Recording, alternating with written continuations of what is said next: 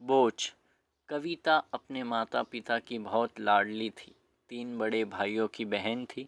कोई भी चीज़ मांगने पर उसी वक्त सामने हाजिर हो जाती। पूरे घर में रौब था उसका। पूरे परिवार और नौकरों पर राजकुमारी की तरह हुक्म चलाती थी कविता। स्कूल में भी पूरा रौब था उसका। बड़े घर की लाडली जो थी वह। ऐसे ही उसने कॉलेज में दाखिला लिया। उसके ठाट बाट, बड़ी गाड़ी में आना जाना, हर दिन नया फैशन देखकर हर कोई उससे दोस्ती करना चाहता था। थोड़े ही दिनों में उसके बहुत से दोस्त बन गए। पूरे कॉलेज में उसके अपनी ही एक पहचान थी।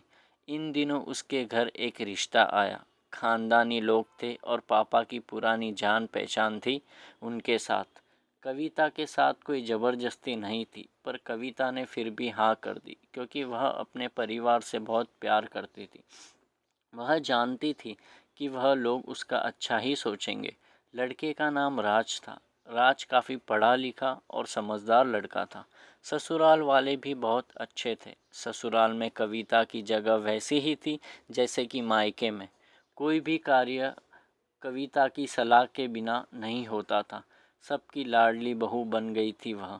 फिर उसके घर एक बेटे का जन्म हुआ। राहुल कविता को जान से प्यारा था।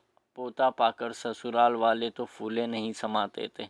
कविता कभी कभी सोचती कि उसकी किस्मत कितनी अच्छी है। उसका हर अपना उसे कितना प्यार करता है। चाहे जीवन में कैसा भी समय आए, मेरे अपने हमेशा मेरे साथ है। मैं कभी अकेली नहीं हो सकती। कितनी खुशकिस्मत हूँ मैं। पर शायद कविता की खुशियों को उसकी अपनी ही नज़र लग गई थी। एक दिन वह मायके जाने की जिद कर बैठी। राज को बहुत काम था, लेकिन वह फिर भी उसे ले गया। रास्ते में उनकी गाड़ी अन्य गाड़ी से टकरा गई।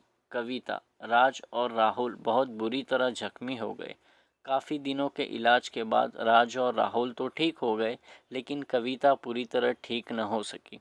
सर पर चोट लगने के कारण वह अपनी आंखों की रोशनी खो बैठी। अब कविता की किस्मत जैसे उल्टे पांव चलने लगी। मायके वाले कुछ दिनों तक उसे मिलने आते रहे। फिर कभी कभार फ़ोन ही करके पूछ लेते कि अब कैसी हो। धीरे धीरे ये सिलसिला भी कम हो गया। ससुराल वालों को की सहानुभूति भी कम होने लगी।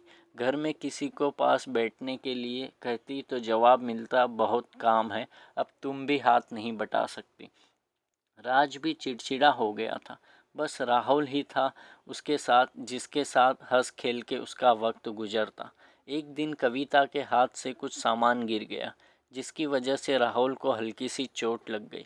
कविता के सास ससुर ने राहुल को उससे अलग कर दिया कि कहीं उसके ना देखने की वजह से बच्चे का कोई नुकसान ना हो जाए। कविता अंदर से टूट चुकी थी। एक दिन उसने सबके सामने मायके जाने की इच्छा रखी, तो राज उसे तुरंत मायके छोड़ आया, जैसे कि वह भी यही चाहता था। लेकिन राहुल को उसके साथ नहीं भेजा गया। कविता कभी राहुल से दूर नहीं रही थी, पर अपनी कमी के कारण उसने ज़्यादा बहस नहीं की। कविता को लगा कि वह 3-4 दिन वहाँ रहेगी, थोड़ा हवा पानी बदल जाएगा, क्योंकि वह कितने दिनों से कभी भी बाहर नहीं गई थी। घर वाले भी इतने दिनों बाद उसे देखकर कितने खुश होंगे। कविता के घर पहुंचने पर सब लोग बहुत खुश हुए। खाने में सब कुछ कविता की पसंद का ही बना था। उसने अपने मम्मी पापा और भाई भाभीियों से दिल खोलकर बात की। उनके छोटे छोटे बच्चे की बुआ के साथ घुल मिल गए थे। रात को सोने की वक्त जब वह कपड़े बदलने लगी, तो उसे पता चला कि उसका बैग तो बहुत भरा हुआ था। वह सब समझ गई। वह बहुत उदास हो गई। कुछ दिनों तक तो सब ठीक रहा, फिर जैसे सब बदलने लगा। सबका व्यवहार बदल रहा था। वह लोग जैसे थक चुके थे उससे। सब लोग घुमा फिरा कर पूछने लगे कि राज कब आ रहा है उसे ले जाने। वह बहाना बना देती, जबकि वह जानती थी कि उसके घर में अब उसे लिए कोई जगह नहीं है। कविता से चलते वक्त कुछ ना कुछ नुकसान हो जाता। थोड़ी बहुत टोका टाकी उसे सुनाई देती, वह टाल देती। एक दिन उसके हाथ से लगकर एक कीमती फूलदान टूट गया।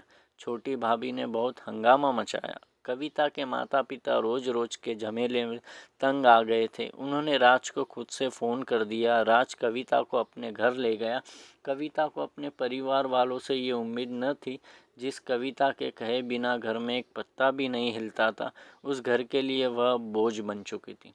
राज के साथ ससुराल आते वक्त बहुत खुश थी, क्योंकि वह अपने घर जा रही थी, अपने जिगर के टुकड़े राहुल के पास। परंतु यह खुशी भी कुछ पल की ही थी।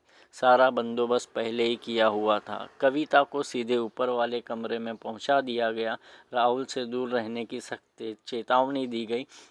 एक काम वाली लता को उसकी जिम्मेदारी सौंपी गई, जो उसके खाने पहनने जैसी ज़रूरतों का ध्यान रखती। कविता ज़्यादातर चुप ही रहती, कभी कभी काम वाली लता से थोड़ा बतिया लेती। उसके जरिए राहुल का पता चल जाता। सबकी लाडली बेटी और बहू सबके लिए लाडली से बोझ बन चुकी थी। अगर आपको हमारी ये कविता अच्छी लगी हो तो आप प्लीज़ लाइक और सब्सक्राइब करें।